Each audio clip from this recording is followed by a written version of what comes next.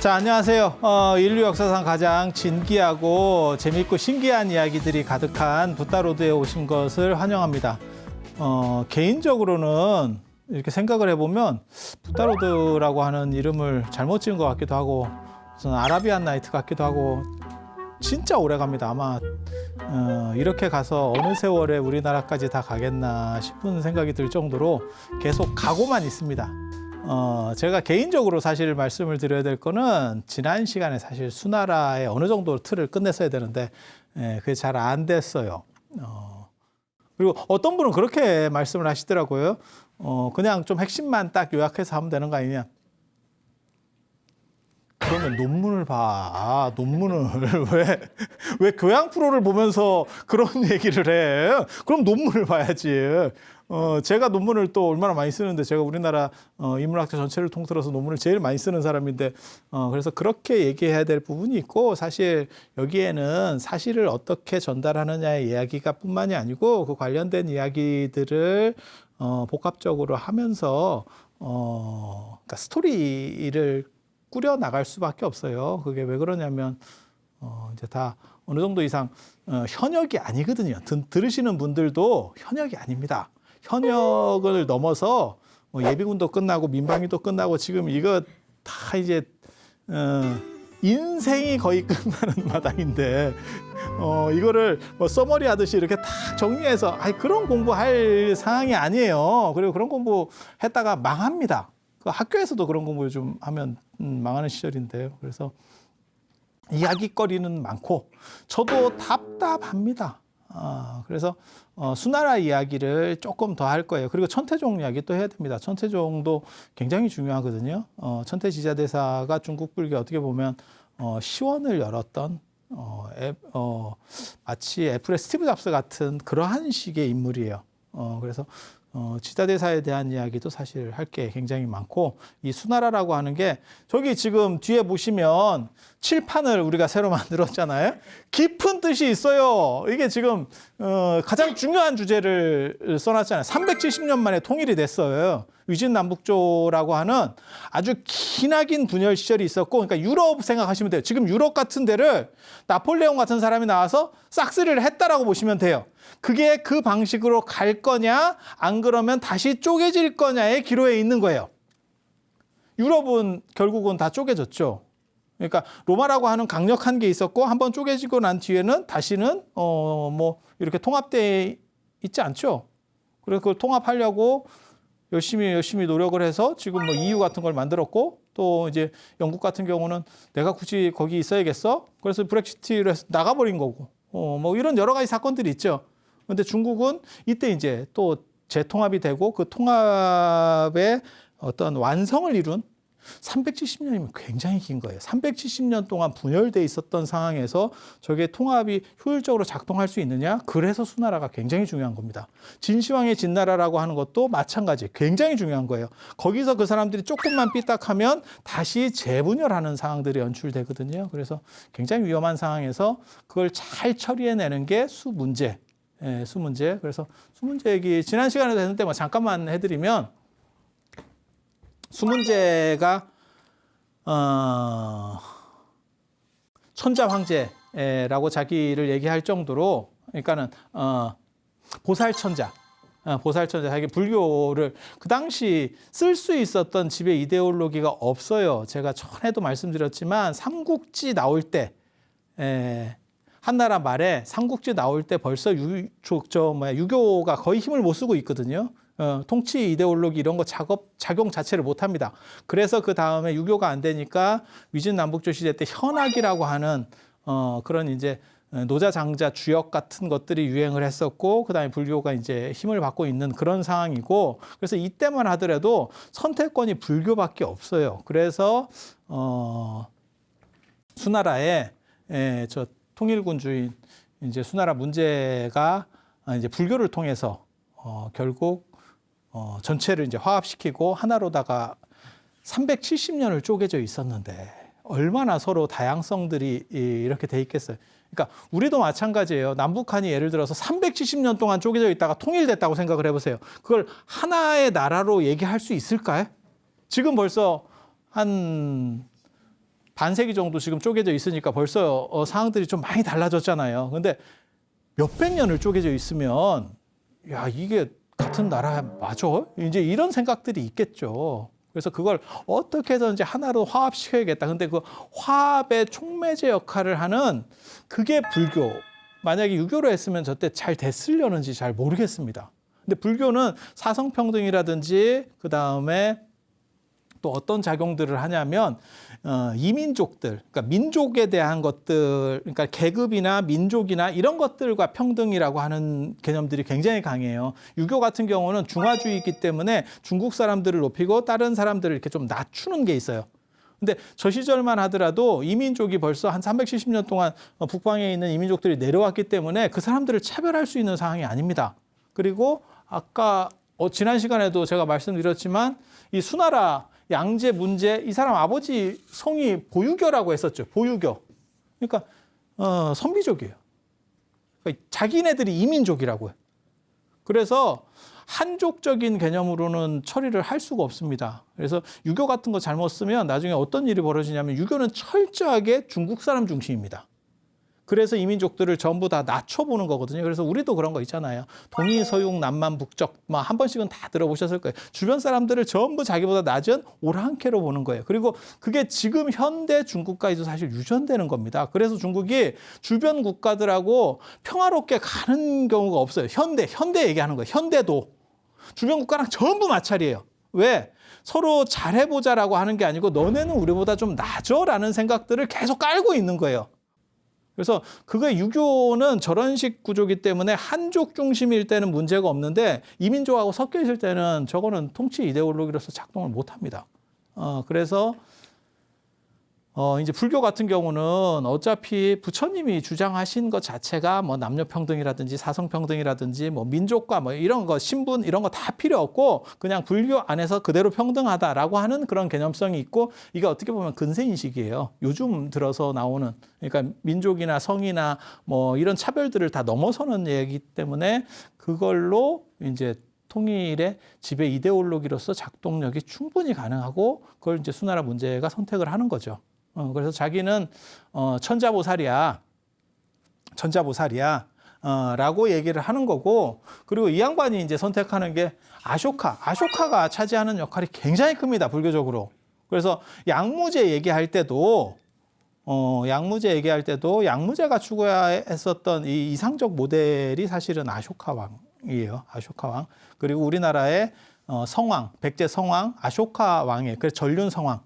그러니까 전륜성왕 아쇼카를 상당히 유사 개념이라고 보시면 돼요. 그러니까 전륜성왕은 거의 전설적인 이런 상징적인 인물이라고 보시면 되고, 그러니까 실제 했었던 사람은 아니고 불교가 말하는 이상군주고 그 이상군주가 현실에서 드러난 사람이 아쇼카라고 보는 거거든요. 그래서 아쇼카하고 전륜성왕을 비슷하게 봅니다. 그래서 아쇼카가 물론 전륜성왕이라고 해야 되는지 모르겠다. 왜냐면 이게 좀 복잡해요. 이런 얘기하면 또 그런데 인도 사람들은 이 우주에 동서남북에 대륙이 있다라고 봤어요. 그래서 동승신주, 서우아주, 남선부주, 북구로주 이렇게 4개의 대륙이 있다라고 봤는데 그래서 우리가 남선부주 얘기를 계속 하는 거죠. 어디서 하냐면 여러분이 귀가 밝으시면 다 들을 수 있어요. 축원할 때 남선부주 해동 대한민국 이게 여기에요. 여기. 그래서 요 하나를 전륜성왕이 있는데 전륜성왕이 족보가 있어요.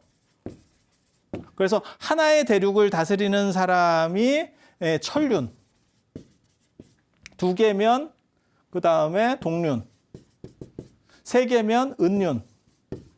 이 전륜에서 륜자가 계속 상속하는 거예요. 다 하면 금륜. 이게 이렇게 포함되는 거예요. 그러니까 전륜성왕 계열에 여러 개 등급이 있는 거예요. 그러니까 우리도 그런 거 있잖아요. 카드 이렇게 다 발급받으면 실버도 있고 골드도 있고 플래티늄도 있고 그다음에 플래티늄보다 더 높은 거 뭐 이상한 거 겁나 연회비 비싼 거 뭐 이런 거 있거든요. 그래서 그런 거 생각하시면 돼요. 그래서 같은 카드 아닙니까? 그렇긴 한데 약간 다르지. 그런 정도 생각하시면 돼요. 그래서 이제 아쇼카 왕은 이 전륜성왕이라고 보는 거예요. 이런 정도로다가 판단을 해요. 그래서 실제적 모델로 전륜 상황은 추구 대상인 거고 실제 모델로서 추구하는 사람은 아쇼카왕입니다.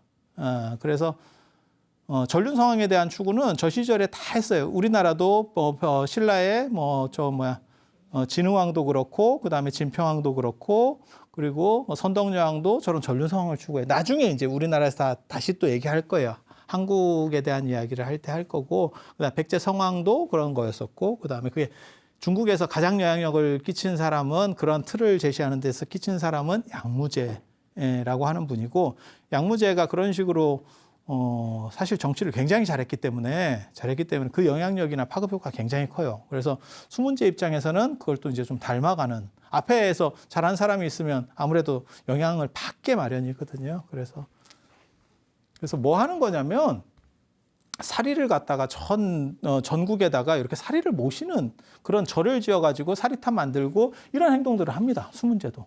그래서 아쇼카하고 비슷한 걸 해요. 그래서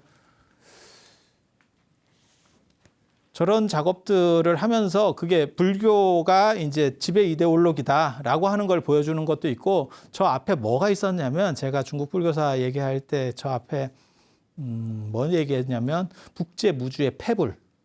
북제무주의 패불이라는 게 있었거든요. 그래서 그때 이제 그 패불 난 거를 다 복구시켜주면서 민심을 얻는 거죠. 그러니까 불교가 세력이 굉장히 강력할 때 정치력에 의해서 그게 무너진 거예요. 무너졌는데 그거를 내가 복구시켜 줄게라고 하면 그걸 믿고 있었던 사람들은 지지가 올라가겠죠. 그냥 생각을 해보면. 그래서 저 양반이 수문제가 전에도 말씀드렸지만 제대로 왕이 된 사람이 아니고 자기 외척이었다가 어떻게 보면 자기 외손자 거 이렇게 호로록 잡잡 해가지고 저 때는 뭐 다 저렇게 하니까 자기 입장에서는 이게 조금 정당성의 문제가 되거든요. 실제로 세조도 우리나라 수양대군 세조도 단종코 이렇게 싹 해갖고 먹고 나서 그런 비슷한 행동을 합니다. 그게 상원사 와가지고 상원사 중창하면서 뭐 문수보살을 칭견했다 어쩐다 그게 비슷한 뉘앙스라고 보시면 돼요. 그러니까 왕이 정통성이 약할 때 속리산 법주사 있는 쪽 가가지고는 정의품성 자연이 나를 인정해줬다. 나무가 쉽게 말해서 자연이 내가 임금이라는 걸 인정을 해줬기 때문에 가지를 들었다. 그게 정의품성이에요. 우리나라 기록에 남아있는 최초의 어용소나무. 어용소나무. 그 상징하는 게 굉장히 대단해요. 그래서 그렇게 되는 거고 상원사에 와서는 문수보살이 인정을 해줬다. 이렇게 받는 거죠. 그리고 거기 상원사 권선문이라는 데 보면 뭐라고 나오냐면 우리 임금이 1000명을 받아서 임금이 됐다. 이렇게. 그러니까 유교적인 거, 불교적인 거, 자연적인 거를 다 해서 내가 왕이야. 그 얘기를 하고 싶은 거예요. 이 양반은 그렇지 않겠어요? 비슷한 거죠. 비슷한 거죠. 그래서 수문제가 굉장히 잘했어요. 그런데 단명왕조 셋 중에 하나라더라. 수나라 38년. 3대 단명왕조라고 하거든요. 진나라. 이게 진시황의 진나라 14년. 그 다음에 서진이라는 나라가 있었어요. 서진 아세요?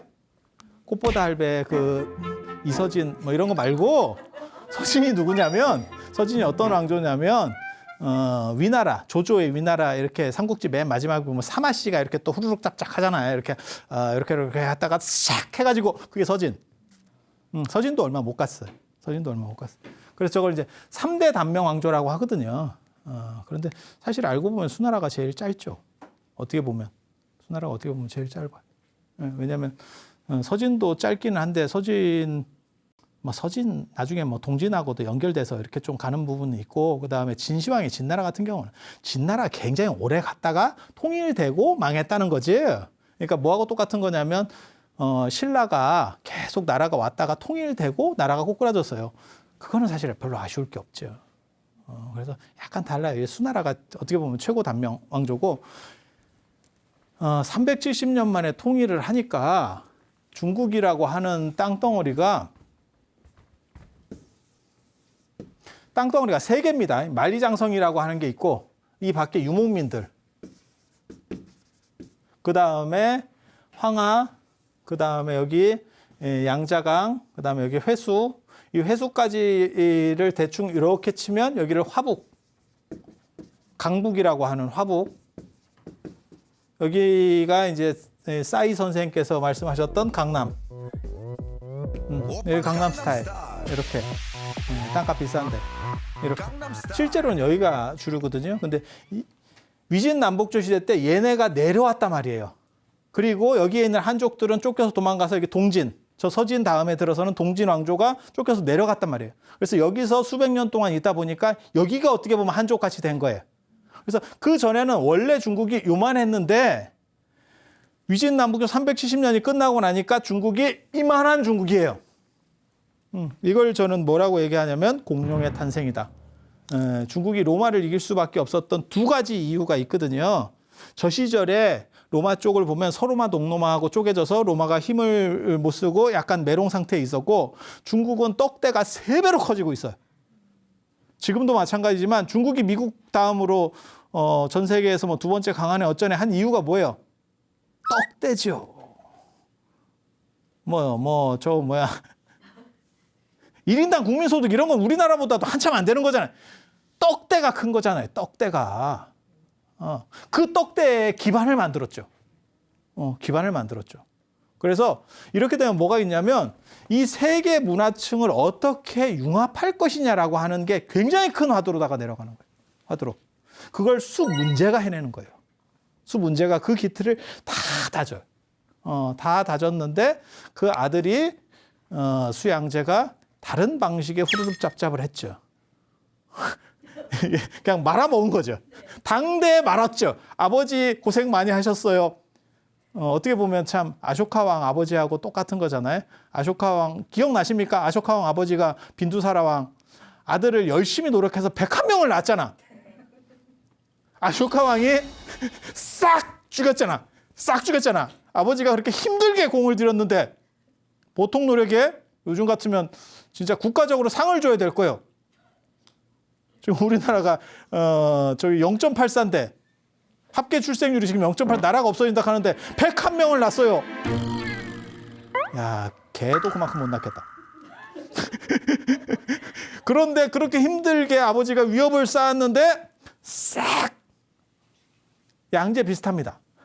양제 비슷합니다. 물론 이제 정치하는 걸로는 완전히 다른데 그래서 이 통일이라고 하는 개념을 진짜 잘 이해하셔야 돼요. 나중에 천태종에서 계속 나오는 게 일념삼천, 삼재원용, 그 다음에 회삼귀일 이런 얘기들이 나오는데 그 나중에 천태종 할 때 계속 제가 얘기를 해드릴 거예요. 삼이 하나가 된다라고 하는 개념을 자꾸 얘기해요. 근데 이걸 저는 뭐라고 해석하냐면 이게 이 셋을 하나로 뭉친다라고 하는 그 개념이라고 보시면 돼요. 그러니까 우리도 지금 마찬가지예요. 우리도 맨날 단일민족 어쩌고저쩌고 저희 어렸을 때만 해도 그런 거 있었고 뭐 살색 어쩌고저쩌고 하다가 지금은 그런 게 이제 다 무너지는 세상이 됐잖아요. 그렇게 하면 나라가 너무 힘들어져요. 그러니까 살색을 살구색으로 바꾸고 단일민족 신화는 없었다. 이제 이렇게 얘기하는 상황이 됐죠. 아니 맞잖아요. 그렇게 바뀐 거예요. 아직도 단일 민족이에요. 이렇게 생각을 하면 오래된 사람들, 화석처럼 gat혀 있는 분들인 거고 지금 시절이 그렇게 바뀐 거예요. 정부에서 계속 그렇게 계몽을 하려고 하는 거예요. 왜냐하면 외국인 들어오시는 분도 많고 거기 이제 이렇게 결혼을 해가지고 다문화라고 하는 부분들이 있기 때문에 거기서 갈등이 생기면 나라가 나중에 골치 아파집니다. 그래서 그런 것들을 이제 쉴드를 다 치기 시작하는 건데 여기도 마찬가지예요. 저걸 분열시키는 게 아니고 어떻게 하나로 할 것이냐. 그래서 천태종에서 이 얘기를 계속 했기 때문에 결국 뭐냐. 천태종이 수나라의 어떤 지배 이데올로기, 불교 중에서도 지배 이데올로기를 주류가 될 수 있었던 이유가 사실은 저런 게 있는 거예요. 그리고 진시황하고 수 문제하고 비견이 돼요. 수문제 굉장히 정치 잘한 사람이고 진시황은 약간 나쁜 놈처럼 되어 있는데 실제로는 진시황도 굉장히 대단한 사람입니다. 저는 진시황이 문제가 있다라는 생각을 별로 잘 안 합니다. 그건 이제 나중에 너무 씹혀서 사실은 저렇게 되는 건데 수문제는 사실 안 씹혀요. 나라가 단명하고 망하면 그 다음 왕조에 의해서 계속 씹히게 돼 있거든요. 그런데도 안 씹히는 게 양제가 다 씹혀주기 때문에 자기 아들이 저 진짜 재밌게 인생 3분이거든요. 또 들어보면 굉장히 재밌습니다. 이게 저 진기한 캐릭터거든. 그래서 그쪽 약을 다 욕을 다 먹어주기 때문에 수문제는 제가 얘기했잖아요. 전 세계 100대의 인물을 꼽으면 역사를 바꾼 100대 인물을 꼽으면 수문제가 들어간다고. 서양에서도 그렇게 넣어줘요. 그렇게 대단한 게 수문제예요. 이 수문제가 했었던 두 가지 사업, 그게 대우나 건설. 대우나 시장만 했어요. 지난번에도 말씀드렸지만 시장만 했어요. 다 안 했어요. 완료한 거는 양재. 그래서 문제는 뭐였냐면 요 황하하고 이 회수를 관통해야 되고 양장을 관통해서 물류 유통을 하려고 했던 거예요. 이건 굉장히 합리적인 생각이에요. 무조건 해야 되는 일이었고. 그래서 그거 추진했었고, 또 하나가 과거제. 지금 뭐 관료 선발, 우리도 지금도 쓰고 있죠. 비슷한 과거제라는 이름은 안 쓰지만 뭐 공무원 선발 뭐 이렇게 하듯이 저렇게 되면 귀족들의 세력이 약화되고 당신 입장에서는 자기가 왕위의 정당성이 떨어지기 때문에 자기가 이제 바로 이렇게 자기 외손 잡고 후루룩 짭짭 해가지고 왔기 때문에 자기 입장에서는 자기 세력을 모아야 되죠. 귀족들한테는 설득력이 없죠. 야, 너만 귀족이냐? 네가 왜 황제냐? 이 얘기가 나오거든. 귀족들 사이에서는. 왜? 너랑 나랑 집안이 마찬가지 아니었어? 이런 사람들이 있어요. 그러니까 귀족 세력을 억누르고 왕을 중심으로 한 세력들을 모아야 되는데 그때 과거제는 왕이 뽑아주면 돼요. 그러니까 신분이 미천해도 내가 저 사람을 뽑아주면, 그러니까 머리로 뽑는 거죠. 뽑으면 그 사람은 그 왕에게 충성해요. 뽑아준 사람에게 충성해요. 귀족이 관료로 나가면 누구에게 충성하느냐? 귀족제는 지분이기 때문에 뽑아준 사람에게 충성하는 게 아니고 우리 집안에 충성을 합니다. 그래서 과거제를 만든다는 게 왕권을 강화하려고 하는 거예요. 그래서 저 시스템이 지금까지 내려오고 있다는 거. 중세 유럽 이런 데 없었습니다. 저런 관료제, 과거제라고 하는 개념 자체가 중세에 없었어요, 유럽에. 그러니까 엄청나게 빠른 거예요, 저거. 지금 엄청나게 빠른 거예요. 그래서 이 두 가지가 있고, 그 다음에 진시황도 똑같은 생각을 하는 거죠. 진시황은 아시다시피 만리장성. 이게 엄청난 토목공사예요, 둘 다. 전 세계적인 토목공사입니다. 만리장성도 진짜 지학스러운 토목공사거든요. 대우나도 엄청난 거예요. 대우나 나중에 이제 판 거 봐봐. 1,500kg야. 1,500kg를 삽으로 팠대. 1,500kg를 돌리면 우리나라를 감습니다. 아니, 생각을 해봐. 중장비도 아니고 삽으로. 야, 삽으로 1,500kg 대단하지 않아요? 그렇게 가는 거예요. 그렇게. 이거 엄청나거든요. 그리고 이때 쓰던 게 군현제. 그러니까 지금까지 어떻게 보면 중국에 남아있는 거라고 보시면 돼요. 이것도 지금 어느 정도 남아있고, 이거는 지금 전 세계적으로 일반화됐죠.